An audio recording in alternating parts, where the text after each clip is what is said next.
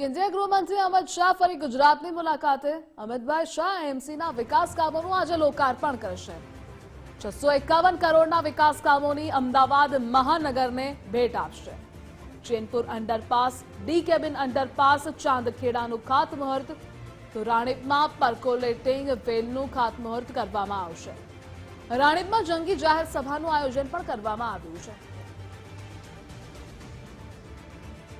આવતીકાલે સાંજે 4 વાગ્યાથી અમિતભાઈના વિવિધ કાર્યક્રમોનું આયોજન કરવામાં આવ્યું છે, જેમાં એકંદરે 651 કરોડના વિકાસના કામોની મહાનગરને ભેટ આપવામાં આવશે। એમાં વાત કરીએ કે ચેનપુર અંડરપાસનું લોકાર્પણ હોય, તદુપરાંત આપણે વાત કરીએ ડી કેબિન અંડરપાસ ચાંદખેડા ખાતે, રાણીપની અંદર એક પર્કોલેટિંગ વેલનું ખાતમુહૂર્ત કરશે।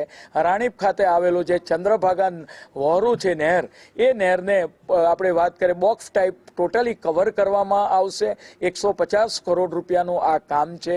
તદુપરાંત ત્યાં રાણીપની અંદર એક જંગી જાહેર સભા, જેમાં કોર્પોરેશનના લગભગ 651 કરોડના વિવિધ કામોના ખાતમુહૂર્ત અને લોકાર્પણ ભારત સરકારના ગૃહ અને સહકારી મંત્રી માનનીય અમિતભાઈ શાહ સાહેબ કરશે। સાથે જ ગુજરાત રાજ્યના માનનીય મુખ્યમંત્રી શ્રી પણ ઉપસ્થિત રહેવાના છે।